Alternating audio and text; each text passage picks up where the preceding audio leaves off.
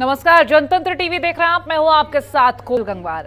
स्वागत है आप सभी का हमारे इस खास कार्यक्रम 5 के प्राइम टाइम में। शहर दर शहर घुलता जहर, और ये जहर है भाईचारे को खत्म करता हुआ। बता दें, जुमे की नमाज और फिर बवाल।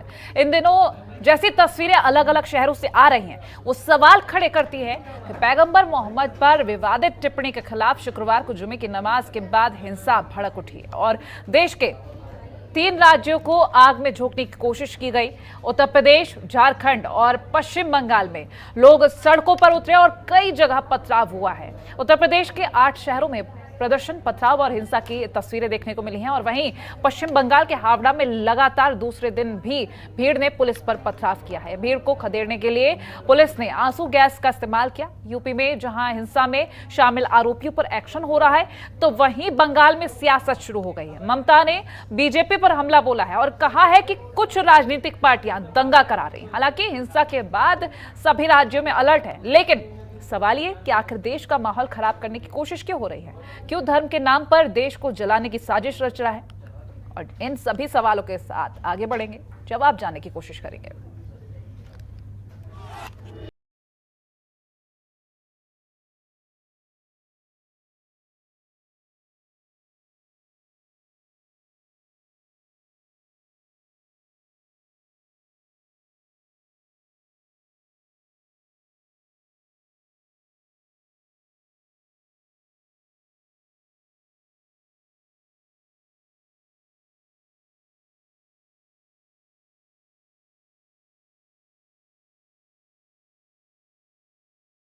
तो आखिर ऐसा क्यों हो रहा है कि पूरे देश भर से ऐसी तस्वीरें सामने आ रही है? एक विवादित बयान के बाद माफी भी मांगी जाती, कार्रवाई भी होती, लेकिन फिर भी पत्थरबाजी नहीं थमती। ये सवाल जो खड़े हो रहे हैं, जवाब जानने की कोशिश करेंगे। हिंदू धर्म गुरु चेतनानंद सरस्वती हमारे साथ जुड़ रहे हैं, मुस्लिम स्कॉलर मुंतजिम किदवई हमारे साथ जुड़ रहे हैं, वरिष्ठ पत्रकार विनोद शर्मा जुड़ रहे हैं। आप सभी का स्वागत है जनतंत्र टीवी पर। और सबसे पहला रुख करना चाहूंगी विनोद जी आपका।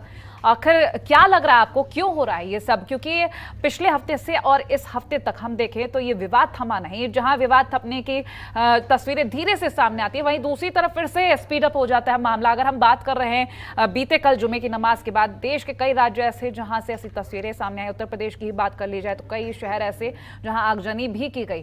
क्या कुछ कहिएगा? जी धन्यवाद कोमल जी, आपने मुझे इसमें शामिल करने का मौका दिया है। और जो बात आपने कही, वास्तव में ये एक चिंता की बात है कि जिस पवित्र स्थल में हम आराधना करने जाते हैं, ईश्वर हो, अल्लाह हो, जो भी हैं हमारे आराध्य, जो हम नमाज करने अदा करने जा रहे हैं, तो हमारा उद्देश्य होता है कि हमारे आसपास परिवार सब लोगों के लिए शांति का पैगाम हो। लेकिन जब वहां से निकलने के बाद पथराव करते हैं, तो जो लोग पथराव कर रहे हैं वो उनकी मानसिकता के पीछे क्या है, क्योंकि वो खुद की मानसिकता में नहीं है ऐसा। और अगर ये घटना घटी, नूपुर ने कुछ कहा और उसके बाद उन्होंने क्षमा मांग ली, माफी मांग ली, और उसके बाद उसको बढ़ाने की जो बात हो रही है वो एक राजनीति का शुद्ध हिस्सा है। और वो उस राजनीति में न केवल राजनीतिक दल बल्कि कुछ ऐसे संगठन है जो अपनी रोटी सेक रहे हैं और उनको फंडिंग भी हो रही है। और मैं यहाँ तक कहूंगा कि उसमें विदेशी ताकत भी इसमें हमारे देश को अस्थिर करने में लगे हुए हैं। लेकिन हमारे देश के सभी नागरिकों को ये समझना पड़ेगा, जो मैंने कल बात कही थी, आज भी फिर कह रहा हूँ कि हमारे लिए राष्ट्र धर्म सर्वोपरि है। अगर हम देश से बाहर किसी भी देश में जाते हैं तो हमारी पहचान भारतीय की है, और भारतीयता के रूप में हमारा जो संस्कृति का एक आईना है वो दुनिया को पता है, क्योंकि हम एक धर्मनिरपेक्ष देश हैं और पूरी दुनिया में सबसे ज्यादा आबादी वाला देश है। साथ ही जितने मुस्लिम हमारे देश में हैं, शायद इंडोनेशिया के बाद दूसरा देश है जिसमें सबसे ज्यादा मुस्लिम रहते हैं। उसके बावजूद हम कितनी शांति से रहते हैं, कितने एक विकसित देश की तरफ हम बढ़ रहे हैं, विकासशील से, और इतने संसाधन धीरे धीरे आगे बढ़ रहा है, आत्मनिर्भरता की तरफ बढ़ रहे हैं। लेकिन ऐसे विकास को कुछ लोगों को पसंद नहीं है, और उनमें जो देश को अस्थिर करने की ताकतें हैं, इस समय हम देख सकते हैं हमारे चारों तरफ क्या है, किस तरह का नेक्सस काम कर रहा है, उसकी विस्तार से जांच होनी चाहिए। इसमें मैं एक बात जरूर कहूंगा कि पक्ष और विपक्ष दोनों को इस मामले में गंभीरता से एकजुट होना चाहिए, क्योंकि देश पहले है, राजनीति बाद में है। हर राजनीतिक दल का ये कर्तव्य है, चाहे वहाँ किसी की भी सरकार हो। विभिन्न राज्यों में विभिन्न दलों की सरकार है, सत्ताधारी पार्टी जो केंद्र में है उनकी सरकार विभिन्न राज्यों में है, लेकिन दूसरे दलों की सरकारें भी विभिन्न राज्यों में हैं। लेकिन वहाँ के राज्यों के मुख्यमंत्री और सरकारों को ये चाहिए कि अपने अपने राज्य में वो शांति व्यवस्था बनाए रखें, उसका ठीकरा किसी विशेष मुद्दे पर ना फोड़ें, क्योंकि देश बड़ा है। अगर देश को कुछ भी चोट पहुंचती है तो हर नागरिक की आत्मा को चोट पहुंचती है, और ये कोई इतना बड़ा इशू नहीं है जिस पर इतना बवाल किया जा रहा है। जाहिर सी बात है, क्योंकि माफी मांग ली गई है, एफआईआर दर्ज की गई है, कार्रवाई की जा रही है, निलंबन भी हो गया है, उसके बाद भी ये पत्थरबाजी नहीं थमने का नाम ले रही। मैं आपके पास लौटूंगी।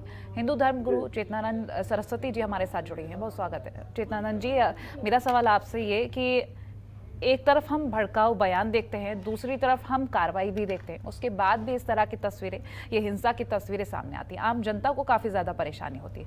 पहले तो मैं आपकी टिप्पणी लेना चाहूंगी। देखिए कोमल जी, ये चिंता हम लोग लगातार व्यक्त करते रहे अलग अलग न्यूज चैनल्स पे, और आपके पोर्टल पे भी ये चिंता हम लोगों ने व्यक्त की थी।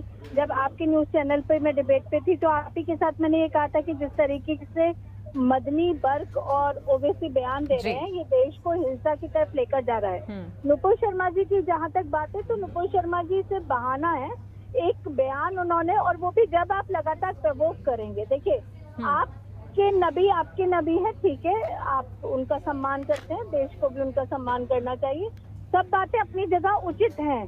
लेकिन जब आप टीवी डिबेट पर बैठकर ये कहेंगे कि सनातनी प्राइवेट पार्ट्स की पूजा कर रहे हैं और बद्दा मजाक उड़ाकर हंसेंगे, तो एक सीमा है किसी की भी अपने विवेक को, अपने आक्रोश को थामे रखने की। उस सीमा का उल्लंघन हुआ, नहीं होना चाहिए था, बिल्कुल नहीं होना चाहिए था। लेकिन उल्लंघन के बाद उन पर कार्रवाई हुई, एफआईआर दर्ज हुई। एफआईआर दर्ज होने के साथ ही पार्टी ने उनका निष्कासन किया, और निष्कासन मात्र नहीं किया, प्राथमिक जो उनकी सदस्यता थी उससे भी निष्कासित कर दिया गया। उसके बाद आप पत्थर लेकर निकलते हैं और देश को हिंसा की आग में झोंक देते हैं। मदनी का अगर आप बयान याद करेंगी तो उन्होंने देवबंद में अभी 2 हफ्ते पहले ये बात कही कि शरीयत पे अगर मुसलमान चलेगा, तो मुझे लगता है कि शरीयत ही ये कहती है कि पत्थर उठाओ और निर्दोष पुलिस वालों पर पत्थरबाजी करो, उनको रक्त रंजित कर दो। यही चाहते हैं वो लोग, क्योंकि कहीं भी कोई बात हो, हम लोगों ने तो कभी नहीं कहा आप लगातार हमारी शिवलिंग का, हमारे पूजा पद्धति का मजाक उड़ाते रहे। ये कोई पहली बार नहीं है, सदियों से ये होता चला आया है। हम लोगों ने कभी पत्थरबाजी नहीं की, लेकिन वो लोग चिन्हित होने चाहिए जिन्होंने पत्थरबाजी की, उन पर सख्त से सख्त कार्रवाई होनी चाहिए। और ये पत्थरबाजी अंतिम पत्थरबाजी होनी चाहिए, देश में नजीर बननी चाहिए। देश के प्रधानमंत्री, उत्तर प्रदेश के मुख्यमंत्री योगी जी का ये कर्तव्य है। और सुशासन, देखिए उत्तर प्रदेश की अगर आप बात करें तो उत्तर प्रदेश में प्रयागराज में और कानपुर 2 ऐसी जगह हैं जहां बहुत भयानक तरीके से पत्थरबाजी की गई। पत्थर कौन लोग ठेले पे पहले से इकट्ठे करते हैं। एसीपी का बयान है कानपुर की कि पहले 1.5 घंटे कानपुर में जब हिंसा हुई, तो 1.5 घंटे लगातार वो ये कहते रहे, अनाउंस करते रहे कि आप पत्थरों को छोड़कर अपने घर चले जाइए, आप पत्थरबाजी नहीं कीजिए। उसके बाद भी 2.5 घंटे पत्थरबाजी हुई। तो ये क्या किसी सभ्य समाज में स्वीकार्य हो सकता है? क्या ऐसे समाज के साथ सहअस्तित्व की बात स्वीकार्य हो सकती है? अपने विवेक को ना खोना एक बात है, और एक पक्ष का हिंसा पे इस तरीके से आमादा हो जाना कि डीएम और एसएसपी तक घायल हुए हैं रांची में, और मेरे ख्याल से प्रयागराज में भी बिल्कुल हर जगह से ऐसी तस्वीरें सामने आई हैं कि सीनियर ऑफिसर्स भी है और साथ में जूनियर्स भी। जी, तो आज देश को एक वीडियो में तो पुलिस वाले फोर्स के लिए रो रहे हैं बेचारे, वो शायद रांची का वीडियो है। तो मुझे लगता है कि गंभीरता से आज हम लोग जिस जगह खड़े हुए हैं, हम लोगों को देश के सरकार को इस विषय पर बहुत गंभीरता से लेना चाहिए, गंभीरता से कार्रवाई करनी चाहिए, क्योंकि इस जिहाद का सर हमेशा के लिए कुचला जाना अब अनिवार्य हो गया है। अन्यथा ये दावानल सबको खा जाएगा। जाहिर सी बात है, क्योंकि इस तरह की हिंसा आम लोगों को नहीं सोने देगी चैन से। चलिए, आप बने रहिए, मैं आपके पास आना चाहूंगी विनोद जी। विनोद जी, अगर हम बात कर रहे हैं हिंसा को लेकर, लगातार कार्रवाई की जा रही है, सख्ती की जा रही है, लेकिन उसके बाद भी ऐसा लगता है इंतजार होता है किसी चीज का, और कब ये वक्त आए, कब पत्थर उठाए जाए और फेंक कर मार दिए जाए। क्या कहेंगे ऐसे रवैये को? जुमे की नमाज के बाद ऐसा लगता है मुहूर्त सा निकाल रखा है कि बस नमाज हुई और उसके बाद सड़कों पर निकल पड़ी। नहीं, देखो, ये जो हमारी जनरेशन है, जो मुस्लिम भाई हैं, जो एक मस्जिद में इमाम हैं, उनकी बहुत बड़ी जिम्मेदारी है कि हमारे जो बच्चे हैं या जो हमारे युवा हैं उनको सही रास्ते पर लाएं। और उसके लिए उनकी भूमिका बहुत महत्वपूर्ण हो जाती है कि हम, जैसे हमारे सनातन में प्रवचन की एक भूमिका होती है किसी के चरित्र निर्माण की, संस्कारों के निर्माण की, इसमें हिंसा का कोई स्थान नहीं होना चाहिए। अहिंसा सर्वोपरि है। और किसी भी, जब हमें रहना इस देश में है, साथ साथ रहना है, और किसी तरह की कोई भी, जब अड़ोस पड़ोस में कारोबार हमारा एक दूसरे के साथ मिलकर चलना है, तो ऐसी नफरत वाला माहौल पैदा करने की जो लोग साजिश कर रहे हैं, वो किसी न किसी षड्यंत्र के तहत कर रहे हैं, जिससे कि आपस में भाईचारा ना बने। और उसको बनाए रखने के लिए सख्त कानून बहुत जरूरी है। उपद्रवियों से निपटने के लिए जिस तरीके से उत्तर प्रदेश में योगी आदित्यनाथ सरकार कार्रवाई कर रही है, वो निसंदेह बहुत ही जरूरी है। क्योंकि आप देखिए प्रयागराज में कल का वीडियो जी, जब लोग गलियों से निकलकर और पत्थर मार रहे हैं, किसको मार रहे हैं? क्या उन्होंने कुछ बिगाड़ा उनका? क्या उन्होंने कभी कुछ कहा उनको? जिनकी संपत्ति को नुकसान कर रहे हैं, क्यों कर रहे हैं? कौन है उनके पीछे? इंटेंशन क्यों है ऐसी? तो ये जो, अगर आपके अंदर कोई आक्रोश है तो आप अपनी बात नियम से, जो हमारे संविधान में अधिकार दिए गए प्रत्येक नागरिक को, उसके जरिए दीजिए। आप अधिकारियों को, जो वहाँ के जिले के अधिकारी हैं, वरिष्ठ पुलिस अधीक्षक हैं, कमिश्नर हैं, उसके अलावा आपके जिले के विधायक हैं, सांसद हैं, मंत्री हैं, अपनी बात उनके जरिए कहिए कि हमारे साथ ये हो रहा है।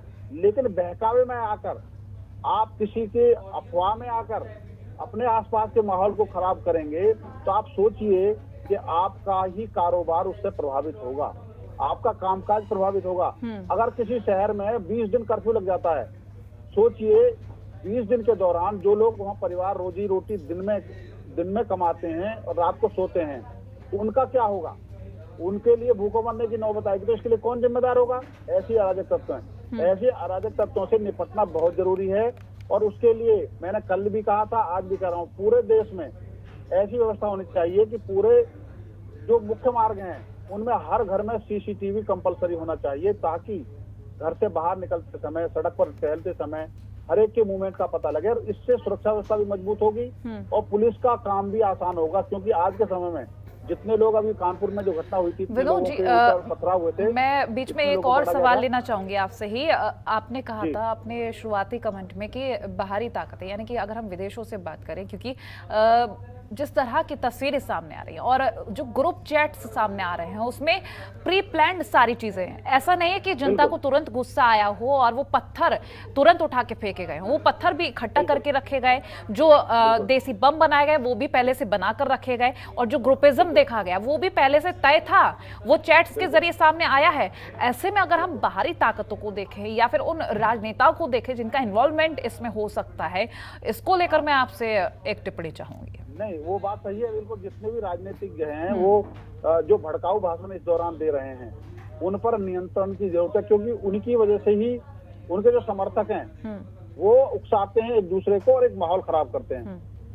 तो जितने भी बड़े राजनीतिक दलों में लोग हैं जो जिम्मेदार हैं, उनको भड़काऊ भाषण देने से बचना चाहिए। अगर वो समाज में शांति चाहते हैं, देश में शांति चाहते हैं, अगर वो इस तरह के भड़काऊ भाषण लगातार दे रहे हैं, तो सरकारों की जिम्मेदारी है कि उन पर लगाम लगाएं, कानून के तहत जो संविधान के नियम के मुताबिक उन पर कार्रवाई करें। और अगर ऐसा कोई कानून अभी हल्का है तो उसको मजबूत करने के लिए संसद में कानून बनाएं, जैसा उत्तर प्रदेश में संपत्ति जब्त करने का कानून बना है। ऐसे नियम कानून की जरूरत है आने वाले दिनों में। और साइबर क्राइम के तहत जिस तरह से साइबर के जरिए और व्हाट्सएप के जरिए, सोशल मीडिया के जरिए हिंसा फैलाने की साजिश की जाती है, संदेश भेजे जाते हैं, उनको रोकने के लिए बहुत सख्त कदम उठाने की जरूरत है। खास तौर पर नेताओं के लिए गाइडलाइन होनी चाहिए। अगर कोई नेता इस तरह के बयान देता है जिससे कोई भड़कता है, हिंसा होती है, तो ऐसे नेताओं के चुनाव लड़ने पर भी पाबंदी लगनी चाहिए। जाहिर सी बात है। और ये जो विवादित टिप्पणियों का एकदम दौर चल पड़ा है, जिस तरह से अगर हम नुपुर शर्मा के बयान को लेकर बात करें, उसके बाद उन्होंने माफी भी मांगी, उन पर कार्रवाई भी हुई, लेकिन अब ये जो तस्वीरें सामने आ रही हैं और फिर उसके बाद एक के बाद एक विवादित बयान सामने आ रहे हैं, जाहिर सी बात है फिर तो ये सब होगा ही। और जो ग्रुपिज्म देखा जा रहा है उसके बाद सारी तस्वीरें भी साफ होती जा रही है। फिलहाल चेतनानंद जी, आपसे जानूंगी, धर्म हमें क्या सिखाता है? पहले तो मैं आपसे ये जानूंगी। देखिए, धर्म से अब मुझे तो अपने धर्म का मालूम है। मेरा धर्म तो ये सिखाता है कि आप किसी के अन्याय को बर्दाश्त मत कीजिए, आप अपनी पूजा पद्धति पर चलिए और अपने कीर्ति के लिए, अपने यश के लिए, अपने समाज के संवर्धन के लिए, अपनी संतति के संवर्धन के लिए कार्य कीजिए। लेकिन मुझे समझ में नहीं आ रहा है ये कौन सा धर्म है जो पत्थरबाजी सिखा रहा है। भाई मेरी समझ के तो ये बाहर है कि आप बकायदा ऐसे इकट्ठा करेंगे। आप दिल्ली से स्टार्ट कीजिए, कोमल जी, 2020 का दिल्ली का दंगा देखिए। अचानक से पत्थरबाजी होती है, अचानक से तेजाब फेंका जाता है, गुलेल बांधी जाती, गुलेल की बकायदा बड़ी बड़ी मशीनें रिक्शा पर तैयार की गई थी। और ये क्या एक दिन में अचानक से किसी का आक्रोश फूटा और उसने सब तैयारी कर ली और तुरंत पत्थरबाजी हो गई। जितना ईंटा मिला है ना, जो अधिकारियों के ऑफिशियल डेटा है, उसके हिसाब से जितनी पत्थर मिले हैं कानपुर में, वो आश्चर्यजनक है। और उनका कहना, वहाँ अधिकारियों का कहना है कि महिलाओं के हाथों में तेजाब की बोतलें थी और छोटे छोटे पेट्रोल बम एक दिन में तैयार। ऐसा नहीं है कि क्षणिक आवेश हुआ, नमाज पढ़ी और हाथ में पेट्रोल बम आ गए और फेंकने शुरू कर दिए। ये तैयारी थी, पीएफआई का लगातार इसमें हाथ होना बताया जा रहा है। इंटेलिजेंस के पास इनपुट थे और ये दिल्ली दंगे की जो क्रोनोलॉजी है, उसी क्रोनोलॉजी पे वर्क किया गया कानपुर में। चलिए चेतनानंद जी, मैं आपके पास लौटूंगी। हमारे साथ मुस्लिम स्कॉलर मुंतजिम किदवई जी भी जुड़ गए हैं। मुंतजिम जी, आपका स्वागत है जनतंत्र टीवी पर। पहला सवाल मेरा आपसे यही कि ये जो पूरा मामला चल रहा है, हिंसा भड़क रही जगह जगह, इसको लेकर आपकी क्या टिप्पणी है? मेरी टिप्पणी सिंपल सी है कि जब पूरा देश और पूरा विश्व नुपुर शर्मा का जैसा विरोध कर रहा है, तो उनकी अरेस्टिंग क्यों नहीं हो रही? मुकदमा दर्ज होने के बाद भी जब पूरा देश एक होकर के आवाज उठा रहा है, क्योंकि किसी भी पैगंबर के बारे में, किसी भी ऋषि मुनियों के बारे में, किसी के भगवान के बारे में गलत कहना कानूनी अपराध है। मुकदमा दर्ज हो गया, मुकदमा दर्ज होने के बाद भी आज तक उनकी अरेस्टिंग नहीं हुई। तो ये बड़ा निंदनीय सवाल है, क्योंकि जनता ये चाहती थी उनकी अरेस्टिंग हो, क्योंकि जल्द से जल्द अरेस्टिंग होगी तो ऐसे लोगों को सबक सीखा जा सकता है और देश का जो भाईचारा है वो बिगड़ने से बच सकता है। सबक सीख लेंगे वो लोग, उनके खिलाफ चेतनानंद जी बोलेगा। लेकिन मेरा सवाल आपसे ये मुंतजिम जी, सबक उनको सिखाया जाएगा? आपने कहा निंदनीय, मैं कहती हूँ बहुत ज्यादा निंदनीय है कि उनकी गिरफ्तारी नहीं हुई है, उसके लिए आपने बोल दिया। लेकिन ये जो पत्थरबाज है, इनके लिए क्या कहेंगे? ये जो जगह जगह जिनका कोई गुनाह नहीं है, जो पुलिस वाले वहां उन्हीं की सेफ्टी के लिए खड़े हैं, उन पर जो पत्थर फेंके जा रहे हैं, उनका क्या? ये बताइए जरा, ये पत्थरबाजों के लिए क्या कहेंगे? देखिए, पत्थरबाजी जो कर रहे हैं वो गलत कर रहे हैं। शांतिपूर्ण तरीके से उनको जो है ना विरोध प्रदर्शन करना चाहिए और उनको अरेस्टिंग की मांग करना चाहिए जहां जहां ये पत्थरबाजी हो रही है। लेकिन अब वो किस तरह से अरेस्टिंग की मांग करेंगे? अब तो उन्हें ही अरेस्ट करना पड़ेगा। जिस तरह से खून बहा रहा है वो लोगों का, उन्हें शर्म आनी चाहिए। नहीं, शर्म की तो बात ये भी है कि मैंने ऐसी वीडियो भी देखी है जो पुलिस वाले डायरेक्ट बच्चों को ऊपर पत्थर देख रहे हैं, बुरी तरह से उनको मार रहे हैं। एक लड़का अगर है वहाँ पर, तो उस लड़के को बुरी तरह से मारा जा रहा है। तब तो मेरे ख्याल से आपने पूरा वीडियो नहीं देखा है। यदि पत्थर यहाँ से फेंकेगा तो पत्थर वहां से भी फेंकेगा। मैडम, मैं आपको बताऊं, जैसे पुलिस वाले पत्थर क्यों फेंकेंगे? अरेस्ट करें ना उनको।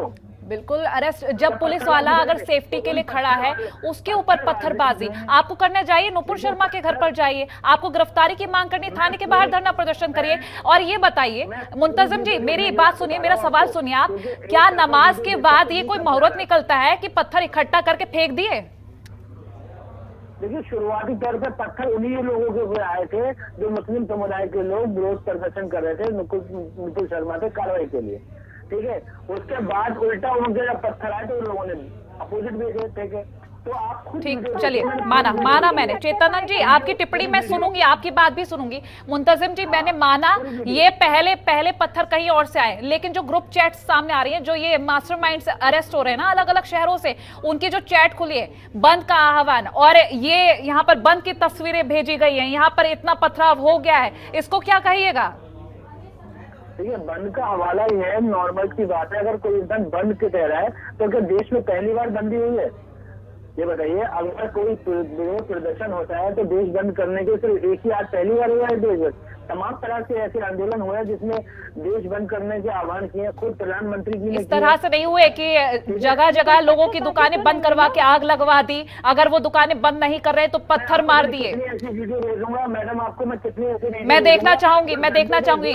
चेतनानंद जी बोलिए। व्हाट्सएप नंबर भेजिएगा मुझे, व्हाट्सएप नंबर। बिल्कुल, मैं इस डिबेट के बाद आपसे बात करूंगी। चलिए चेतनानंद जी बोलिए। देखिए कोमल जी, डिपेंड कर यहाँ बैठकर डिपेंड करना ये बताता है कि पूरी शय पर काम हो रहा है, और इनके मौलाना इनको शय दे रहे हैं 12-12, 13-13 साल के बच्चों के हाथ में पत्थर पकड़ाकर और उनको सड़कों पर छोड़ दिया। आप निर्दोष पुलिस वालों पर जो आपकी सुरक्षा कर रहे थे, आपकी रक्षा में खड़े थे, आपके आंदोलन को प्रोटेक्शन दे रहे थे, आप हिंसात्मक आंदोलन करके और सर तन से जुदा, या शरीयत चलती है क्या? ये जो स्लोगन थे वो गुस्ताखे रसूल की एक ही सजा, सर तन से जुदा, तन सर से जुदा, ये स्लोगन थे। मुंतजिम जी, एक भी बार आपने ये नहीं कहा कि ये कानूनन अपराध है। आपने ये तो कह दिया पुलिस वाले पत्थर फेंक रहे थे, लेकिन जहां पर इस तरह से जो पथराव हुआ, आपने एक भी बार ये नहीं कहा कि उनकी भी अरेस्टिंग होनी चाहिए थी, क्योंकि बेगुनाह लोगों पर पत्थरबाजी करना ये जायज नहीं है। उन्हीं की अरेस्टिंग हो रही है जो पत्थर खा रहे हैं, वो हुई है, लेकिन आपके मुंह से एक भी बार नहीं निकला। जो पत्थर फेंकेगा, सुनिए, जो पत्थर फेंकेगा उसी की तो अरेस्टिंग होगी ना, जिसकी वीडियोग्राफी होगी, जो जिसके हाथ में पत्थर पाया जाएगा उसी की तो अरेस्टिंग होगी ना। जिन्होंने पत्थर फेंके ही नहीं, जो बिना पत्थर फेंके बेचारे लहूलुहान हो गए, उनकी अरेस्टिंग करा दीजिए। की बात कह रहा हूँ, जब कानपुर में एक विशेष समुदाय के ऊपर पत्थर आए तो उनकी वीडियो कहाँ है? उनके ऊपर मुकदमा दर्ज हो रहा है, कितने लोगों को फेंके गए, ठेले पे पत्थर इकट्ठा थे और पत्थर फेंके गए। नमाज के बाद दंगा भड़काया गया, नमाज के बाद दंगा भड़काया गया। कल जुम्मे की नमाज की दौड़ थी और लगातार मदनी कह रहे थे शरीयत पे चलो। इसका अर्थ ये है कि शरीयत यही सिखाता है। मेरे ख्याल से मुंतजिम जी, नुपुर शर्मा से एक चीज तो सीखनी चाहिए, अगर आपने गलती की है तो माफी मांगनी चाहिए, उनके ऊपर कार्रवाई हो रही है, एफआईआर दर्ज की गई, गिरफ्तारी भी उम्मीद की जा रही हो ही जाएगी, लेकिन अगर गलती की है उसको मानना चाहिए। यदि पथराव हुआ है, पत्थरबाजी हुई है, तो आपको कहना चाहिए कि ये भी निंदनीय है, ये बयानबाजी भी निंदनीय है, ये पत्थरबाजी भी निंदनीय है, ना कि ये कहना कि पुलिस वालों ने पत्थर फेंके थे। नहीं, आप देखिए ना, वीडियो में देख रहा हूँ तब बोल रहा हूँ ना, मैं ये झूठ तो आरोप नहीं लगा रहा हूँ। अगर आपके ऊपर झूठ आरोप लगाऊंगा तो आप मुझसे कहेंगे आप झूठ बोल रहे हैं, लेकिन मैं आपको वीडियो भेज दूंगा अगर आपको शक हो रहा है तो। मेरे ख्याल से आप कुछ स्पेशली वीडियोस देख रहे हैं, हम लोग तो शायद नहीं देख पा रहे हैं। विनोद जी, आपका फाइनल कमेंट लेना चाहूंगी, चलिए मैं आपके पास लौटूंगी। विनोद जी, आपका फाइनल कमेंट। हाँ, मैं किदवई जी से सवाल पूछता हूँ। कल जामा मस्जिद दिल्ली में लोगों ने मस्जिद से निकलते हुए मस्जिद परिसर में ही नारेबाजी की और अपना विरोध प्रदर्शन किया। हाँ। उसके बदले में इमाम ने कहा कि हमने कोई आह्वान नहीं किया, जो लोग ये कर रहे थे ये कौन थे मैं नहीं जानता। अब सवाल ये उठा कि क्या मस्जिदों का दुरुपयोग होना चाहिए जो इस तरह से किया गया, और इमाम ने अगर आह्वान नहीं किया तो वो किसके कहने पर कर रहे थे? वो तो शुक्र है कि उन्होंने प्रदर्शन किया और उसके बाद पुलिस ने उसको संभाल लिया। बोलिए मुंतजिम जी। लेकिन मस्जिद के अंदर इस तरह का काम करना चाहिए, दुरुपयोग नहीं है। मैं मान रहा हूँ, लेकिन उसके एवज में क्या कहना चाह रहे हैं आप मुझे ये बताएं। जी, विरोध प्रदर्शन किया तो आपको क्या दिक्कत आई? उन्होंने दिक्कत की बात नहीं कही है, आप ही के इमाम ने कहा कि हमारी तरफ से आह्वान नहीं किया गया है, तो क्या मस्जिदें जिम्मेदार होती जा रही है क्या? मुझे आप देंगे, सुनिए मेरी बात, आप देखिए, किसी चीज की हमें जब तक वैल्यू पता नहीं होती तब तक हम कुछ भी बोल सकते हैं, ठीक है? जब हमें वैल्यू आपके चैनल की पता चलेगी, जब हमें आपकी वैल्यू पता चलेगी, जब हमें किसी एक व्यक्ति की वैल्यू पता चलती है, तभी हम उसका रिप्लाई और सही तरीके से दे सकते हैं। दुनिया में एक व्यक्ति थे जिन्होंने 35 साल में सर्च किया और सर्च में 35 साल में विश्व के 100 लोगों को उनको रखा गया कि सबसे ज्यादा प्रचलित और उनको अनुयायी कौन लोग थे। गांधी जी का भी 137वां नंबर था, ठीक है। कुल मिलाकर देखिए, अगर कुछ बयानबाजी विवादित है और उनके वो निंदनीय है, वक्त का अभाव है, मेरी बात पूरी होने दीजिए, ठीक है मुंतजिम जी, वक्त का अभाव है इसीलिए यहाँ पर रुकना होगा। बहुत शुक्रिया हमारे साथ आप सभी का जुड़ने के लिए। बयानबाजी गलत है तो पत्थरबाजी भी गलत है। अगर कार्रवाई हो रही है तो दोनों ही तरफ होगी, क्योंकि अरेस्टिंग की लगातार मांग की जा रही है। आप प्रदर्शन करिए, इसका मतलब ये नहीं कि आप पत्थरबाजी करेंगे। इसी के साथ हमारी इस खास चर्चा में इतना ही। देखते रहिए जनतंत्र टीवी। नमस्कार। खबरों के निष्पक्ष विश्लेषण के लिए सब्सक्राइब करें Jantantra TV and press the bell icon. Never miss any update.